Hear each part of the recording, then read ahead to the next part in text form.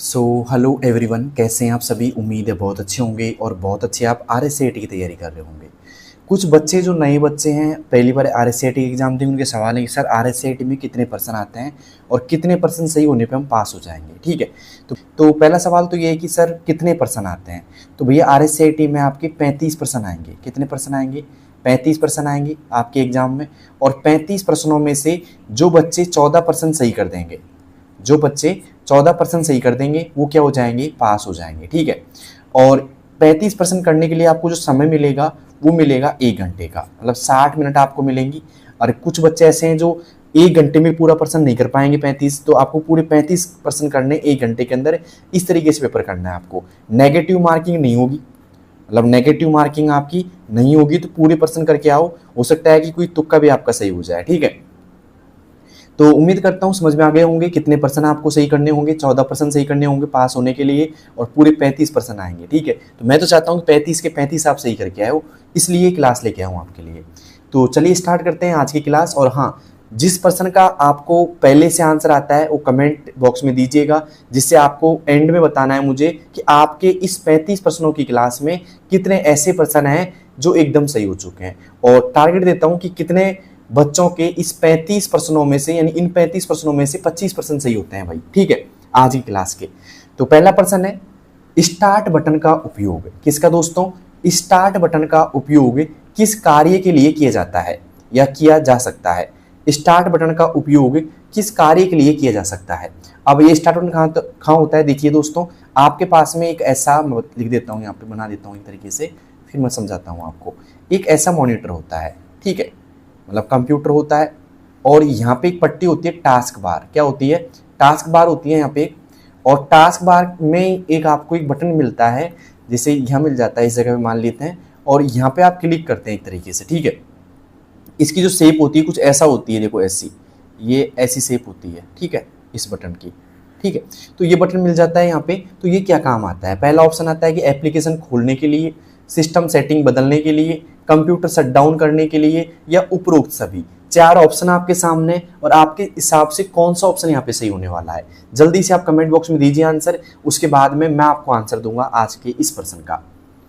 तो पहला प्रश्न था, स्टार्ट बटन का उपयोग किस कार्य के लिए किया जाता है? तो देखिए दोस्तों, एप्लीकेशन खोलने के लिए भी किया जाता है इसका उपयोग, सिस्टम सेटिंग को बदलने के लिए भी कर सकते हैं हम इसका उपयोग, कंप्यूटर शट डाउन करने के लिए भी इसका उपयोग कर सकते हैं हम। तो यहाँ पे आएगा बच्चों उपरोक्त सभी। क्या आएगा? उपरोक्त सभी। D option is right. याद रखना, आपकी जो एग्जाम होगी वो OMR सीट पे होने वाली है। किस पे होगी बच्चों? OMR सीट पे आपकी एग्जाम होगी। मतलब आपको 4 गोले मिलेंगे, और उसमें से आपको जो सही आंसर होगा उसको फिल करना है इस गोले में। ठीक है, तो पहले का यहाँ पे ऑप्शन हो गया डी ऑप्शन। उम्मीद करता हूँ सभी बच्चों का सही होगा। अब चलते हैं बिना किसी देरी के दूसरे प्रश्न की ओर। दूसरा प्रश्न क्या पूछ रहा है कि फोल्डर का मुख्य उपयोग क्या होता है? फोल्डर का मुख्य उपयोग क्या होता है? ए ऑप्शन, फाइलों को स्थायी रूप से हटाने के लिए, बी ऑप्शन, फाइलों को व्यवस्थित यानी कि ऑर्गेनाइज करके रखने के लिए, सी ऑप्शन, वायरस हटाने के लिए, और डी ऑप्शन, हार्डवेयर कंट्रोल के लिए। फोल्डर का मुख्य उपयोग क्या होता है भाई? फाइलों को स्थायी रूप से हटाने के लिए, फाइलों को व्यवस्थित करके रखने के लिए, वायरस हटाने के लिए, या हार्डवेयर कंट्रोल करने के लिए। भाई फोल्डर का उपयोग क्यों करते हो आप? सीधी सी बात है, कोई भी फाइलों को ऑर्गेनाइज या रखने के लिए। मतलब बी ऑप्शन इज राइट बच्चों। क्या होगा? बी ऑप्शन आएगा। यहाँ पे फाइलों को स्थायी रूप से हटाने के लिए भी नहीं होगा, यहाँ पे वायरस हटाने के लिए भी नहीं होगा, और वायरस हार्डवेयर कंट्रोल के लिए भी नहीं होगा। तो सही ऑप्शन क्या होगा? फाइलों को व्यवस्थित करके रखने के लिए। मुझे बताओ किस किस बच्चे का दूसरे में बी ऑप्शन सही है भाई? ठीक है, अब चलते हैं बिना किसी देरी के तीसरे प्रश्न की ओर।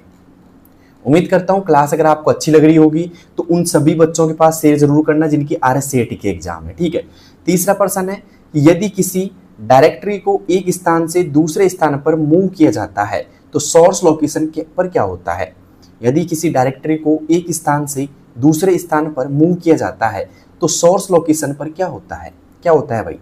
पहला ऑप्शन, डायरेक्टरी की कॉपी रह जाती है, दूसरा ऑप्शन, डायरेक्टरी वहीं बनी रहती है, तीसरा ऑप्शन, डायरेक्टरी हट जाती है, या कुछ भी नहीं होता। जल्दी से बताइए दोस्तों क्या होगा इसका सही जवाब? अगर आपको आता है तो जल्दी से आप कमेंट बॉक्स के अंदर इसका आंसर दे सकते हैं भाई। तो यदि किसी डायरेक्टरी को एक स्थान से दूसरे स्थान पर, देखो मूव करना होता है एक तरीके से मूव होता है कि एक स्थान से दूसरे स्थान पर रखना सीधा, मतलब एक जगह से हटा करके दूसरी जगह ले जाना। एक तरीके से कट करना होता है भाई कि एक जगह से हटा करके दूसरी जगह ले जाना। तो सीधी सी बात ये कॉपी रह जाती है? नहीं, कॉपी नहीं रहती है। डायरेक्टरी वही बनी रहती है? बिल्कुल भी नहीं, डायरेक्टरी हट जाती है। क्या होता है दोस्तों? हट जाती है। तो यहाँ पे आएगा सी ऑप्शन इज राइट, क्योंकि मूव करने मतलब होता है कट करना, एक जगह से हटा करके दूसरी जगह ले जाना। ठीक है, तो सीधी सी बात है डायरेक्टरी हट जाती है। तो तीसरे में आएगा सी ऑप्शन इज राइट। उम्मीद करता हूँ तीसरा प्रश्न भी आपका सभी का सही हो गया होगा। और कौन कौन से ऐसे बच्चे जिनके 3 में से 3 सही हो चुके हैं भाई, देखते हैं आज की क्लास में आपके कितने % सही होंगे, वो तो लास्ट में पता लगेगा। तब तक पढ़ लेते हैं चौथे प्रश्न को। ऑपरेटिंग सिस्टम का मुख्य कार्य क्या है? ऑपरेटिंग सिस्टम का मुख्य कार्य क्या है? पहला, केवल इंटरनेट चलाना। दूसरा, हार्डवेयर और उपयोगकर्ता के बीच संपर्क स्थापित करना। तीसरा, केवल फाइल स्टोर करना या केवल प्रिंट निकालना। ऑपरेटिंग सिस्टम का मुख्य कार्य क्या है? अगर आपने पढ़ रखा है पहले से तो इसका आंसर आप कमेंट बॉक्स में देने का कष्ट करें। जल्दी से बताइए दोस्तों, क्या होगा इसका सही जवाब? तो ऑपरेटिंग सिस्टम का मुख्य कार्य होता है भाई साहब हार्डवेयर और उपयोगकर्ता के बीच संपर्क स्थापित करना। हार्डवेयर और उपयोगकर्ता के बीच में संपर्क स्थापित करना किसका कार्य होता है? ऑपरेटिंग सिस्टम का कार्य होता है बच्चों। अब चलते हैं आज के 5वें प्रश्न की ओर। 5वां प्रश्न क्या पूछ रहा है आपसे, ध्यान से देखिएगा कि विंडोज में मल्टीटास्किंग का अर्थ है। विंडोज में मल्टीटास्किंग का अर्थ है एक समय में एक ही कार्य, एक समय में कई प्रोग्राम चलाना, केवल बैकग्राउंड कार्य या केवल गेम चलाना। देखो मल्टीटास्किंग मतलब बहुत सारे कार्य करना, बहुत सारे एक तरीके से टास्क देना एक तरीके से। तो यहाँ पे आएगा एक समय में कई प्रोग्राम चलाना। 5वें में क्या आएगा बच्चों? एक समय में कई प्रोग्राम चलाना मल्टीटास्किंग का अर्थ होता है। तो 5वें में क्या कीजिएगा? बी ऑप्शन पे टिक कीजिएगा। अब मुझे बताओ किन किन बच्चों का 5/5 स्कोर हो गया है, मतलब 5 में से 5 किन किन बच्चों के सही हो चुके हैं, कमेंट बॉक्स में जरूर बताना मुझे। मैं मानूंगा कि आपकी तैयारी अच्छी है। अब चलते हैं आज के 6ठे प्रश्न की ओर बिना किसी देरी के। 6ठा प्रश्न आपके सामने हाजिर है भाई कि इंटरनेट का उपयोग आज संचार, शिक्षा, बैंकिंग और खरीद फरोख्त जैसे कई कार्यों के लिए किया जाता है। इस आधार पर इंटरनेट का मुख्य कार्य या मुख्य उपयोग क्या माना जाता है? जल्दी से बताइएगा क्या होगा सही जवाब इसका। वापिस देखिएगा, मैं थोड़ा छोटा कर दिया क्वेश्चन को कि इंटरनेट का उपयोग आज संचार, शिक्षा, बैंकिंग और खरीद फरोख्त जैसे कई कार्यों के लिए किया जाता है। तो इस आधार पर इंटरनेट का मुख्य उपयोग क्या माना जाता है? केवल संचार, केवल शिक्षा, केवल वित्तीय लेन देन या उपरोक्त सभी? जल्दी से बताइएगा क्या होगा 6ठे का सही जवाब। एकदम इजी प्रश्न है भाई। क्या है दोस्तों? इजी प्रश्न है और इसका आंसर तो आप कमेंट बॉक्स में आराम से दे सकते हैं सभी बच्चे।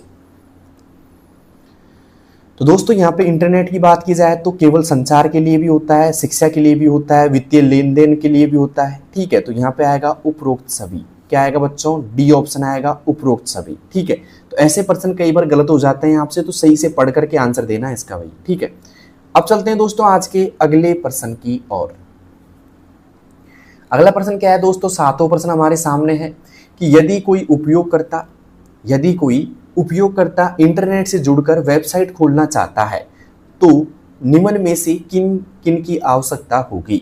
यदि कोई उपयोगकर्ता यानी कि यूजर इंटरनेट से जुड़कर के वेबसाइट खोलना चाहता है तो निम्न में से किन किन की आवश्यकता होगी भाई?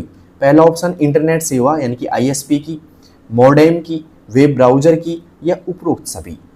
जल्दी से बताना दोस्तों। अगर आप इंटरनेट से जुड़कर कोई वेबसाइट खोलना चाहते हैं तो इंटरनेट से जुड़ने के लिए किन किन चीज़ों की आवश्यकता होगी ये बताइए मुझे। तो देखिए दोस्तों, यहाँ पे इंटरनेट सेवा यानी कि ISP की भी जरूरत होगी। अब यहाँ पे ISP का पूरा नाम क्या होता है? ISP पूरा नाम होता है internet service, SERVICE, service provider, PROVIDER, internet service provider. Internet मतलब ISP बोलते हैं इसको। एक बार पहले एग्जाम में आ भी चुका है दोस्तों ये कि ISP का पूरा नाम क्या होता है? इंटरनेट सर्विस प्रोवाइडर होता है। मॉडेम की भी आवश्यकता होती है और वेब ब्राउजर की भी आवश्यकता होती है। तो मतलब तीनों की आवश्यकता होती है भाई। तो यहाँ पे आएगा उपरोक्त सभी। क्या आएगा बच्चों? उपरोक्त सभी आएगा 7वें में। तो किन किन बच्चों ने यहाँ पे उपरोक्त सभी किया था मुझे बता सकते हैं कमेंट बॉक्स के अंदर। अब चलते हैं आज के 8वें प्रश्न की ओर। 8वां प्रश्न देखो क्या है, आईएसपी का पूरा नाम क्या होता है जो उपयोगकर्ता को इंटरनेट से जोड़ने की सेवा प्रदान करता है। Internet service provider, intranet service provider, information service provider या नन ऑफ द अबव। दोस्तों अगर आपने 7वां प्रश्न ध्यान से पढ़ा होगा इससे पिछले वाला, तो इसका आंसर मैंने दे चुका हूँ। मतलब आपने 7वां प्रश्न अगर पढ़ रखा है ना, इसका अभी जस्ट मैंने बताया था आपको, ध्यान से देखा हो तो आप इसका आंसर अभी 1 सेकंड में दे सकते हैं। तो किन किन बच्चों ने ध्यान से देखा था भाई, जल्दी से आंसर दीजिएगा। इसका आंसर मैं आपसे पूछना चाहूँगा। अब ये मत बोलना सर कि हमको नहीं आता, क्यों? क्योंकि मैंने पिछले क्वेश्चन में बताया था आपको आईएसपी का पूरा नाम। अगर आपने ध्यान से देखा हो उस प्रश्न को, तो ये प्रश्न आप आराम से दे सकते हैं इसका आंसर। तो जल्दी से आंसर दीजिएगा, 8वें में क्या आएगा, जल्दी से आप बताइए 8वें में क्या आएगा कमेंट बॉक्स के अंदर, जल्दी से बताइए दोस्तों। देखते हैं सबसे पहले कौन आंसर देता है इसका। आईएसपी का पूरा नाम क्या होता है भाई, जल्दी से कमेंट बॉक्स में बता सकते हैं। अब चलते हैं 9वें प्रश्न की ओर। 9वां प्रश्न है कि वेब ब्राउजर किस प्रकार का सॉफ्टवेयर होता है। वेब ब्राउजर किस प्रकार का सॉफ्टवेयर होता है जिसके द्वारा हम वेबसाइट देखते हैं। सिस्टम सॉफ्टवेयर होता है, एप्लीकेशन सॉफ्टवेयर होता है, ए और बी दोनों, या फिर इनमें से कोई नहीं। तो देखिए दोस्तों, वेब ब्राउजर की बात की जाए यहाँ पे, तो वेब ब्राउजर होता है एप्लीकेशन सॉफ्टवेयर। क्या होता है बच्चों, एप्लीकेशन सॉफ्टवेयर होता है। जैसे कि गूगल क्रोम हो गया, माइक्रोसॉफ्ट एज हो गया, है ना। तो ये सब क्या है दोस्तों, वेब ब्राउजर होते हैं। उम्मीद करता हूँ समझ गए होंगे आप। अब चलते हैं आज के अगले प्रश्न की ओर। लगा लो टिक भाई, बी ऑप्शन 9वें में, ठीक है। अब चलते हैं आज के 10वें प्रश्न की ओर। 10वां प्रश्न पूछ रहा है आपसे कि मॉडेम का उपयोग कंप्यूटर को इंटरनेट से जोड़ने के लिए किया जाता है। बिल्कुल किया जाता है। तो मॉडेम शब्द का सही पूर्ण रूप क्या है। ये प्रश्न एक तरीके से PYQ मान सकते हो आप, ठीक है, क्योंकि पहले एग्जाम में पूछ लिया गया है ऐसा प्रश्न। तो ऐसे प्रश्न जरूर पूछते हैं। और हाँ, आपकी एग्जाम में 35 प्रश्नों में से 1 या 2 प्रश्न ऐसे होंगे आपके सामने जिनमें फुल फॉर्म पूछी जाएगी आपसे।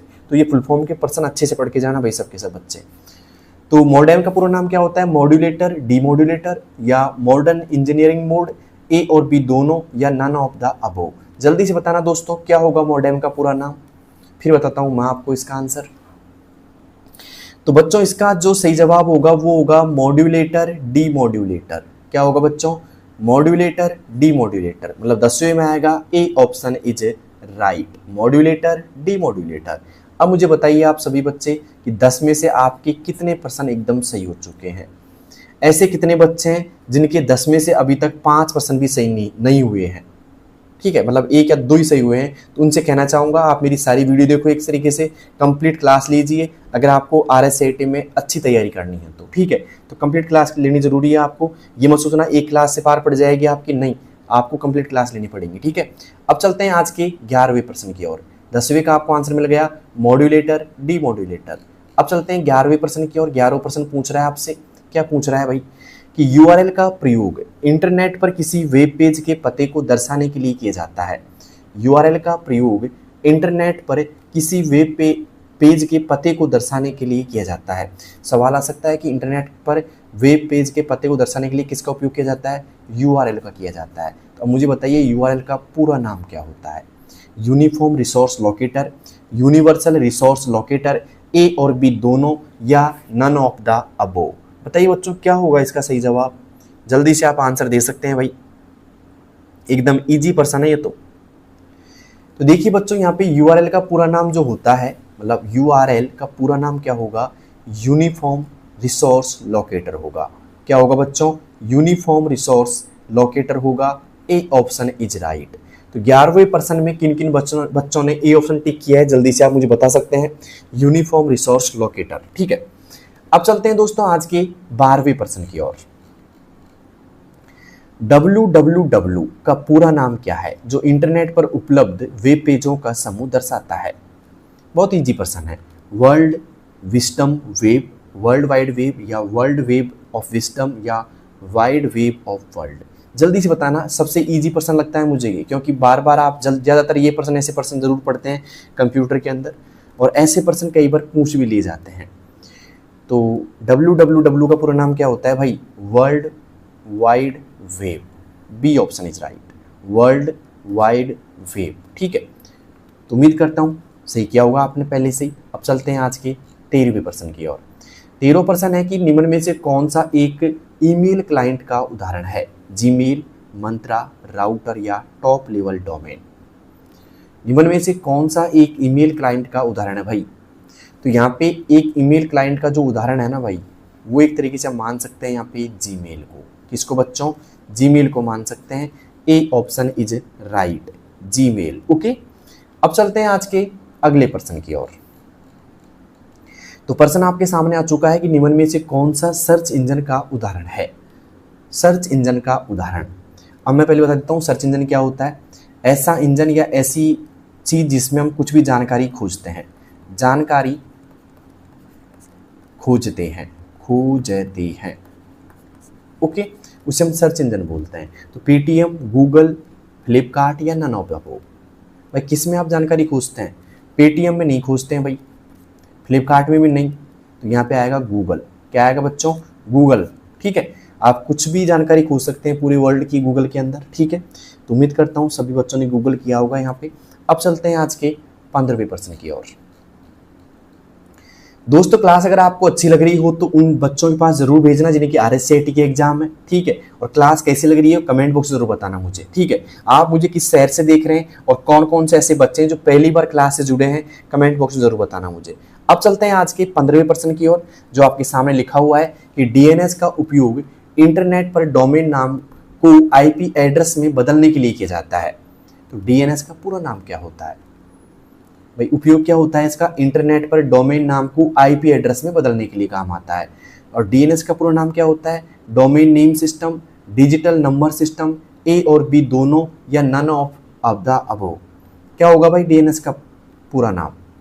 तो DNS का जो पूरा नाम होगा बच्चों वो होगा डोमेन नेम सिस्टम। क्या होगा? डोमेन नेम सिस्टम होगा। और ये प्रश्न भी कई बार पूछ लिया गया है एग्जाम में, और ध्यान रखना रिपीट बहुत सारे प्रश्न होते हैं, तो ऐसे प्रश्नों को छोड़ना नहीं है, याद रखना है। ठीक है, डोमेन नेम सिस्टम होगा। मुझे बताइए 15 में से आपके कितने % सही हो चुके हैं भाई? 15 में से 15% किन किन बच्चों के सही हो चुके हैं जल्दी बताइए मुझे कमेंट बॉक्स के अंदर। अब चलते हैं आज के 16वें प्रश्न की ओर। 16वां प्रश्न क्या है कि एक व्यक्ति प्रधानमंत्री जनधन योजना यानी कि PMJDY के अंतर्गत बैंक खाता खोलना चाहता है, उसके लिए न्यूनतम कितनी राशि जमा करना आवश्यक है? उसके लिए न्यूनतम कितनी राशि जमा करना आवश्यक है? ए ऑप्शन 1000, 5000, 10,000 या शून्य शेष राशि। एक व्यक्ति प्रधानमंत्री जनधन योजना PMJDY के अंतर्गत बैंक खाता खोलना चाहता है, उसके लिए न्यूनतम कितनी राशि आवश्यकता होती है भाई? तो यहाँ पे जो राशि की आवश्यकता होगी ना भाई, वो होगी शून्य शेष राशि यानी कि जीरो बैलेंस। ओके, तो डी ऑप्शन इज राइट बच्चों, शून्य शेष राशि। उम्मीद करता हूं सभी ने सही जवाब दिया होगा। अब चलते हैं आज के 17वें प्रश्न की ओर। 17वां प्रश्न पूछ रहा है आपसे कि ऑनलाइन बैंकिंग के कई लाभ होते हैं, लेकिन निम्न में से कौन सा ऑनलाइन बैंकिंग का लाभ नहीं है? मतलब बहुत सारे लाभ होते हैं वैसे तो, लेकिन कौन सा नहीं है? तो भाई पहला आ रहा है समय की बचत, लागत की बचत, इंटरनेट कनेक्शन की आवश्यकता या खाते की सुरक्षा।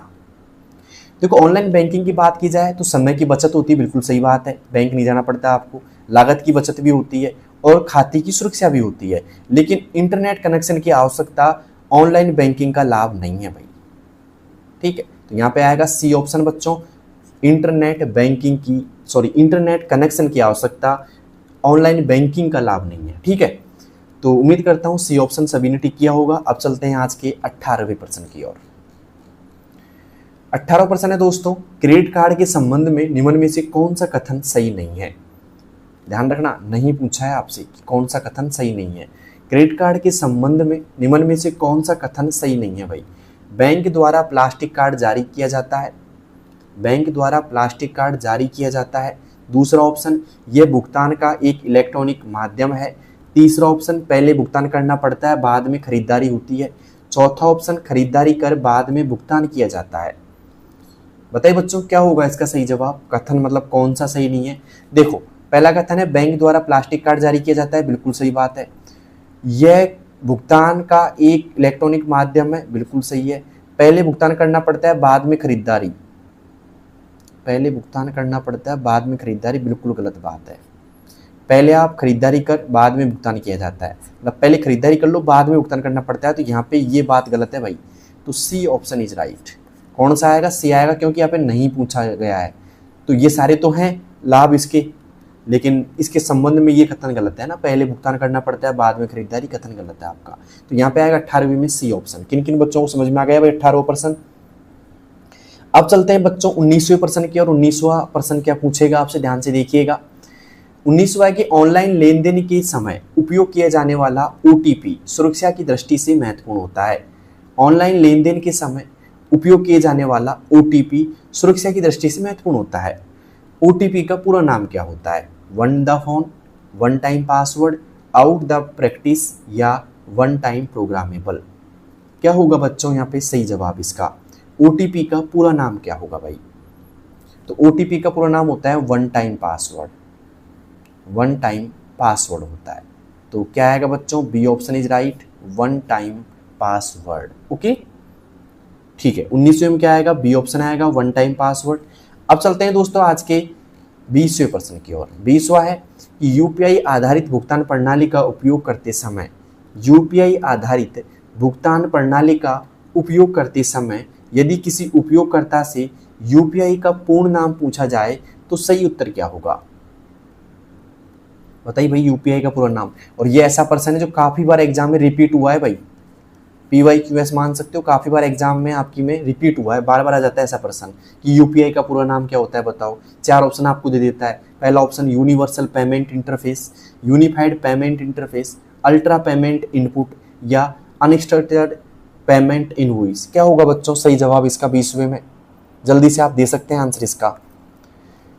तो यहाँ पे UPI का पूरा नाम होता है यूनिफाइड पेमेंट इंटरफेस। क्या होता है बच्चों? यूनिफाइड पेमेंट इंटरफेस होता है। B option is right, unified payment interface.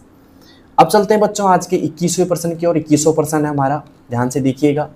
आपको दिख गया होगा सामने कि UPI आधारित ऐप में पुश ट्रांजैक्शन का उपयोग किस उद्देश्य से किया जाता है? UPI ऐप में या UPI आधारित ऐप में पुश ट्रांजैक्शन का उपयोग किस उद्देश्य से किया जाता है? पैसे भेजने के लिए, भुगतान प्राप्त करने के लिए, केवल A, या फिर बात करें A और B दोनों। क्या होगा इसका सही जवाब?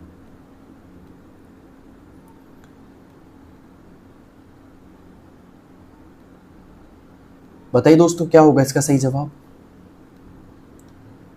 दोस्तों यहाँ पे बात करें हम तो पुश ट्रांजैक्शन का जो उपयोग किया जाता है वो किया जाता है दोस्तों यहाँ पे पैसे भेजने के लिए। क्या दोस्तों? पैसे भेजने के लिए किया जाता है। तो ए ऑप्शन इज राइट, ठीक है। और यहाँ पे केवल बी कर लो इसको, क्योंकि फिर आंसर दोनों टकराएंगे आपस में। तो यहाँ पे केवल बी कर लो, तो ये भी गलत हो जाएगा फिर, और दोनों तो नहीं होंगे। तो यहाँ पे बात करें दोस्तों केवल पैसे भेजने के लिए, है ना, तो पैसे भेजने के लिए आएगा, ठीक है। अब चलते हैं दोस्तों आज के 22वें प्रश्न की ओर। 22वां प्रश्न क्या पूछ रहा है आपसे कि SBI बड़ी किस प्रकार की सेवा थी? SBI बड़ी किस प्रकार की सेवा थी? एक game, mobile wallet application, bank खाता, या उपरोक्त में से कोई नहीं। SBI बड़ी किस प्रकार की सेवा थी? तो ये दोस्तों मोबाइल वॉलेट एप्लीकेशन, जैसे फोन पे गूगल पे होते हैं ना, वैसे मोबाइल वॉलेट एप्लीकेशन, ठीक है। B option is right. अब चलते हैं आज के 23वें प्रश्न की ओर। 23वां है कि निम्न में से कौन सा मोबाइल वॉलेट का उदाहरण नहीं है? मोबाइल वॉलेट का उदाहरण कौन सा नहीं है भाई? SBI बड़ी, भीम, पेटीएम, क्रेडिट कार्ड। तो यहाँ पे देखिएगा SBI बड़ी यहाँ पे मोबाइल वॉलेट का एग्जाम्पल है, भीम भी है, पेटीएम भी है, लेकिन क्रेडिट कार्ड नहीं है। तो डी ऑप्शन इज राइट, क्योंकि नहीं है पूछा गया है, ठीक है। इनके अलावा जैसे मान लो हम बात करें फ़ोन पे हो गया, है ना, फ़ोन पे एक हो गया, जी पे, गूगल पे आप बोलते हो, ठीक है।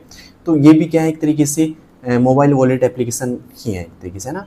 तो अब चलते हैं आज के अगले प्रश्न की ओर। अगला प्रश्न है हमारा 24वां कि रुपे कार्ड के संबंध में कौन सा कथन सही है? रुपे डेबिट कार्ड के संबंध में कौन सा कथन सही है भाई?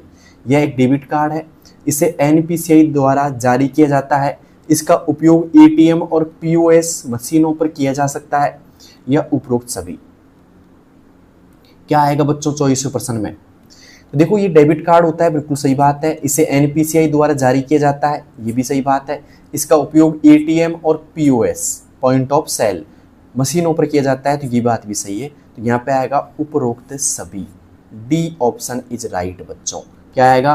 डी ऑप्शन आएगा, उपरोक्त सभी। तो बताइए दोस्तों, 24 प्रश्नों में से, इन 24 प्रश्नों में से आपके कितने ऐसे प्रश्न हैं जो एकदम सही हो चुके हैं भाई? जल्दी से आप मुझे कमेंट बॉक्स के अंदर बता सकते हैं। अब चलते हैं बिना किसी देरी के 25वें प्रश्न की ओर। क्या दोस्तों? बिना किसी देरी के 25वें प्रश्न की ओर चलते हैं हम। तो 25वां आ गया सामने। पीएमजेडीवाई के अंतर्गत, क्या दोस्तों?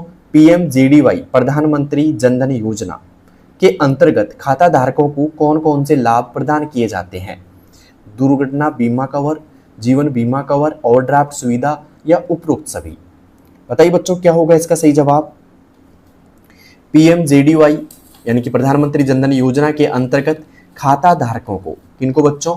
खाता धारकों को कौन कौन से लाभ प्रदान किए जाते हैं? तो बात करें यहाँ पे दुर्घटना बीमा कवर भी किया जाता है, जीवन बीमा कवर हो गया, ओवरड्राफ्ट सुविधा हो गई। तो यहाँ पे आएगा उपरोक्त सभी।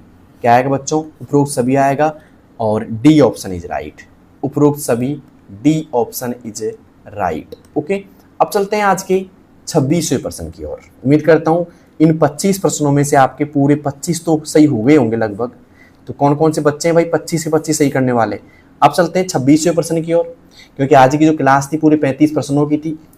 तो 26वां प्रश्न सामने आ चुका है दोस्तों आपके। यदि कोई व्यक्ति इंटरनेट के माध्यम से वस्तुओं की खरीद फरोख्त, ऑनलाइन भुगतान और होम डिलीवरी की सुविधा का उपयोग करता है तो ये किस श्रेणी का उदाहरण है? सोशल नेटवर्किंग का, ब्लॉगिंग का, ई कॉमर्स का या सर्च इंजन का? बहुत शानदार प्रश्न है ये, और इतना शानदार प्रश्न है कि एग्जाम में पूछा जा सकता है आपसे। यदि कोई व्यक्ति इंटरनेट के माध्यम से वस्तुओं की खरीद फरोख्त, ऑनलाइन भुगतान और होम डिलीवरी की सुविधा का उपयोग करता है तो ये किस श्रेणी का उदाहरण है? सोशल नेटवर्किंग का, ब्लॉगिंग का, ई कॉमर्स का या सर्च इंजन का? तो देखिए बच्चों, यहाँ पे जो सही जवाब होगा वो होगा ई कॉमर्स। क्या होगा? ई कॉमर्स होगा। C option is right. तो किन किन बच्चों ने यहाँ पे सी ऑप्शन में टिक किया था? ई कॉमर्स पे। ई कॉमर्स पे हम क्या कर सकते हैं? ऑनलाइन खरीदारी, जैसे फ्लिपकार्ट हो गया, ठीक है, मीशो हो गया, अमेजन हो गया। तो ये सब चीज़ें क्या है? एक तरीके से ई कॉमर्स वेबसाइट होती हैं जिनके माध्यम से हम ऑनलाइन खरीदारी कर सकते हैं। और बात करें हम फिर ऑनलाइन भुगतान भी कर सकते हैं, होम डिलीवरी की सुविधा भी आपको मिल जाती है इसमें, ठीक है। तो यहाँ पे आएगा 26वें में सी ऑप्शन इज राइट। अब चलते हैं आज की 27वें प्रश्न की ओर। 27वां की निम्न में से कौन सी वेबसाइट मुख्य रूप से ई कॉमर्स वेबसाइट का उदाहरण है? अब पता लग गया होगा आपको कि ई कॉमर्स वेबसाइट कौन सी होती है जिनसे हम ऑनलाइन खरीदारी कर सकते हैं। पहला ट्विटर, फेसबुक, फ्लिपकार्ट या टाइम्स ऑफ इंडिया। देखिए दोस्तों, यहाँ पे ट्विटर और फेसबुक दोनों नहीं होगा क्योंकि ये सोशल नेटवर्किंग साइट होती हैं। टाइम्स ऑफ इंडिया भी नहीं होगा यहाँ पे होगा दोस्तों फ्लिपकार्ट। क्या होगा बच्चों? फ्लिपकार्ट होगा। उम्मीद करता हूँ आपने मेरे से पहले आंसर दे दिया होगा भाई, सभी ने फ्लिपकार्ट यहाँ पे टिक किया होगा सभी बच्चों ने। तो उम्मीद करता हूँ ये प्रश्न भी आपका सही हो गया होगा। अब चलते हैं आज के अगले प्रश्न की ओर। अगला प्रश्न यहाँ पे 28वां आ चुका है सामने कि ऐसी वेबसाइट जहां उपयोगकर्ता अपनी राय, विचार और अनुभव लेख के रूप में साझा करते हैं उसे क्या कहा जाता है? ऐसी वेबसाइट जहां उपयोगकर्ता अपनी राय, विचार और अनुभव लेख के रूप में साझा करते हैं उसे क्या कहा जाता है? A option search engine, B option social networking site, C option blogging site या ई कॉमर्स साइट? बताइए दोस्तों। भाई सर्च इंजन पे तो बात करें हम जानकारी खोजते हैं। क्या करते हैं भाई? जानकारी खोजते हैं। मतलब कोई भी चीज़ है उसको खोजने के लिए हम जानकारी खोजने के लिए होता है। और ई कॉमर्स साइट में क्या होता है भाई? ऑनलाइन खरीदारी कर सकते हैं, ऑनलाइन खरीदारी कर सकते हैं, खरीदारी। ओके, तो ये दोनों नहीं होगी यहाँ पे। अब बात करें कि भाई अपने राय, विचार सारे के सारे प्रकट करना चाहते हैं तो ब्लॉगिंग साइट होगी। कौन साइट होगी भाई? ब्लॉगिंग साइट होगी। C option is right. जैसे ट्विटर हो गया, कौन सा हो गया भाई? ट्विटर की बात करें, ट्विटर यहाँ पे काम आ जाएगा। C option is right. तो उम्मीद करता हूँ बच्चों सभी ने सी ऑप्शन टिक किया होगा यहाँ पे। अब चलते हैं आज के 29वें प्रश्न की ओर। माइक्रो ब्लॉगिंग का मुख्य उद्देश्य क्या होता है? माइक्रो ब्लॉगिंग का मुख्य उद्देश्य क्या होता है? पहला, लंबे लेख लिखना, छोटे छोटे संदेश साझा करना, बहुत बड़ी वीडियो अपलोड करना या ऑनलाइन खरीदारी करना। तो भाई माइक्रो ब्लॉगिंग की बात करें तो जैसे ट्विटर हो गया, क्या हो गया बच्चों, ट्विटर हो गया। तो ट्विटर पर लंबे संदेश नहीं, छोटे छोटे संदेश साझा करना, बी ऑप्शन इज राइट। बहुत बड़े वीडियो अपलोड करना बिल्कुल गलत है, ऑनलाइन खरीदारी गलत है, तो यहाँ पे आएगा बी ऑप्शन इज राइट। ठीक है, 29वें में बी ऑप्शन पर टिक किया होगा सभी बच्चों ने, छोटे छोटे संदेश साझा करना। ठीक है, उम्मीद करता हूँ ये भी आपको समझ में आ गया होगा। अब चलते हैं आज के 30वें प्रश्न की ओर। 30वां है कि निम्न में से कौन सा माइक्रो ब्लॉगिंग प्लेटफॉर्म का उदाहरण है। निम्न में से कौन सा माइक्रो ब्लॉगिंग प्लेटफॉर्म का उदाहरण है। Google plus, Twitter, Gmail, Instagram. तो माइक्रो ब्लॉगिंग की बात की जाए बच्चों, तो माइक्रो ब्लॉगिंग की बात की जाए यहाँ पे, तो ये काम आएगा गूगल प्लस नहीं, ट्विटर काम आएगा बच्चों, जीमेल भी नहीं आएगा, इंस्टाग्राम भी नहीं, तो बी ऑप्शन इज राइट। 30वें में क्या आएगा बच्चों, बी ऑप्शन आएगा, ट्विटर। माइक्रो ब्लॉगिंग के लिए ट्विटर काम आता है। वर्तमान नाम क्या है ट्विटर का, वर्तमान नाम क्या है भाई, वर्तमान नाम क्या है, तो वर्तमान नाम जो है वो है एक्स। ठीक है, ओके। अब चलते हैं आज के 31वें प्रश्न की ओर। लेकिन मुझे बताइए इन 30 प्रश्नों में से आपके कितने प्रश्न ऐसे हैं जो एकदम सही हो चुके हैं भाई। 30 में से आपके कितने प्रश्न सही हो चुके हैं, जल्दी से बताइए आप मुझे। अब चलते हैं आज के 31वें प्रश्न की ओर। 31वां है, यदि कोई संस्था इंटरनेट के माध्यम से निःशुल्क या सशुल्क ऑनलाइन कोर्स बड़ी संख्या में छात्रों को उपलब्ध कराती है तो उसे क्या कहा जाता है। यदि कोई संस्था इंटरनेट के माध्यम से निःशुल्क या सशुल्क ऑनलाइन कोर्स बड़ी संख्या में छात्रों को उपलब्ध कराती है तो उसे क्या कहा जाता है बच्चों। ई कॉमर्स, MOOC, ब्लॉगिंग या क्लाउड सर्विस। देखो कोर्स की बात की जाए बच्चों यहाँ पे, तो ई कॉमर्स नहीं होगा क्योंकि यहाँ पे खरीदारी करते हैं, ब्लॉगिंग भी नहीं कर सकते और क्लाउड सर्विस भी नहीं होगा, यहाँ पे होगा MOOC। B option is right. क्या होगा बच्चों, बी ऑप्शन होगा MOOC। तो किन किन बच्चों ने 31वें में बी ऑप्शन टिक किया भाई, जल्दी से आप मुझे बता सकते हैं कमेंट बॉक्स के अंदर। अब चलते हैं आज के 32वें प्रश्न की ओर। उम्मीद करता हूँ क्लास आपको अच्छी लग रही होगी। अब किन्हीं बच्चों के मतलब ऐसे भी कई बच्चे होंगे जिनके मन में होगा कि MOOC का पूरा नाम क्या होता है भाई। तो MOOC का पूरा नाम क्या होता है, 32वां प्रश्न आपके सामने है। तो A option massive online open course, multiple online open course work, mega online ocean of courses या नन ऑफ द अबोव। तो MOOC का जो पूरा नाम होगा बच्चों वो होगा यहाँ पे मैसिव ऑनलाइन ओपन कोर्स। क्या होगा बच्चों, massive online open course. A option is right. Class अगर आपको अच्छी लग रही हो, समझ में आ रही हो तो कमेंट बॉक्स में बताना। साथ में उन बच्चों के पास जरूर शेयर करो इस क्लास को जिनकी RSAT के एग्जाम है। ठीक है, और इस क्लास के बाद में आपको और भी क्लास लेनी है। और हाँ, अगर समय कम है आपके पास तो 2x कर लो क्लास की स्पीड, जिससे आपको समझ में आ जाएगा अच्छे से और आप जल्दी क्लास पूरी कर लेंगे। ठीक है, तो अब चलते हैं आज के अगले प्रश्न की ओर। अगला प्रश्न है 33 आपके सामने कि यदि कोई व्यक्ति नौकरी खोजने के लिए इंटरनेट का उपयोग करता है, यदि कोई व्यक्ति नौकरी खोजने के लिए इंटरनेट का उपयोग करता है तो निम्न में से कौन सी वेबसाइट जॉब सर्च वेबसाइट का उदाहरण है। यदि कोई व्यक्ति नौकरी खोजने के लिए इंटरनेट का उपयोग करता है तो निम्न में से कौन सी वेबसाइट जॉब सर्च वेबसाइट का उदाहरण है। अमेजन, मंत्रा, नौकरी.com या पेटीएम। क्या होगा सही जवाब इसका। नौकरी खोजने की बात की जाए यहाँ पे तो काम आएगा दोस्तों नौकरी.com। सी ऑप्शन इज राइट, नौकरी.com। तो किन किन बच्चों ने यहाँ पे नौकरी.com पे टिक किया है, जल्दी से आप मुझे कमेंट बॉक्स में बता सकते हैं। अब चलते हैं दोस्तों आज के 34 क्वेश्चंस की ओर। 34वां प्रश्न बड़ा इंपॉर्टेंट प्रश्न है। 34वां कि राजस्थान सरकार द्वारा लॉन्च किया गया क्लाउड बेस स्टोरेज सॉल्यूशन कौन सा है। राजस्थान सरकार द्वारा लॉन्च किया गया क्लाउड बेस स्टोरेज सॉल्यूशन। देखो क्लाउड बेस क्या होता है बच्चों, ऐसा स्टोरेज जहां इंटरनेट पर या इंटरनेट के जरिए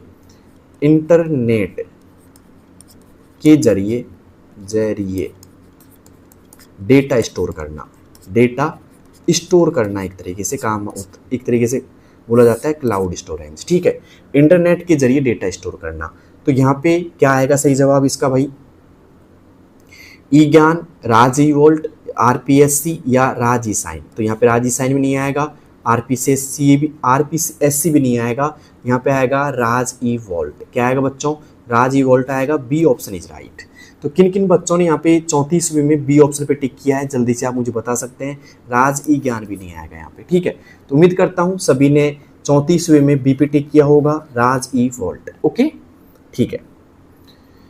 अब चलते हैं आज के आखिरी प्रश्न की ओर। 3500 प्रश्न आज का अंतिम प्रश्न है, लेकिन मुझे बताओ अब तक आपके कितने ऐसे प्रश्न हैं जो एकदम सही हो चुके हैं। भाई क्लास कैसी लग रही है? अच्छी लग रही है तो मुझे कमेंट बॉक्स में बताना। और ऐसे कितने बच्चे हैं जो आज पहली बार मेरी क्लास देखने के लिए आए हैं, जल्दी से हाजिर लगाओ अपनी। तो क्लाउड स्टोरेज प्लेटफॉर्म का उपयोग किस उद्देश्य से किया जाता है? बताइए बच्चों, क्लाउड स्टोरेज प्लेटफॉर्म का उपयोग किस उद्देश्य से किया जाता है? ऑनलाइन डेटा संग्रहण, कहीं से भी फाइल एक्सेस करना, डेटा बैकअप, या उपरोक्त सभी? बताइए बच्चों, आपको देता हूं 5 सेकंड का समय आज के आखिरी प्रश्न को पूछने के लिए। उम्मीद करूंगा सभी बच्चे सही जवाब देंगे इसका। भाई तो ऑनलाइन डेटा संग्रहण, देखो क्लाउड स्टोरेज की बात करें तो ऑनलाइन डेटा संग्रहण होता है, सही बात है। कहीं से फाइल एक्सेस भी हो जाती है, डेटा बैकअप भी हो जाता है यहाँ पे। तो यहाँ पे आएगा उपरोक्त सभी बच्चों। क्या आएगा? उपरोक्त सभी आएगा। D option is right. तो दोस्तों ये थे 35 प्रश्न, और एक प्रश्न मैं जाते जाते आपको होमवर्क में देके जा रहा हूँ, और उम्मीद करूंगा इसी क्लास से मैंने दोहराया था उस प्रश्न को, और आप सभी बच्चे उसका आंसर देने की कोशिश करेंगे। तो HW में दे रहा हूँ मैं आपको आज का प्रश्न कि यूपीआई का पूरा नाम क्या होता है? यूपीआई का पूरा नाम कमेंट बॉक्स में लिखिए सभी बच्चे, यूपीआई का पूरा नाम क्या होता है? अगर आपने क्लास मेरी ध्यान से देखी होगी तो मैंने यूपीआई का नाम इसी क्लास के अंदर बताया था आपको एक प्रश्न के अंदर।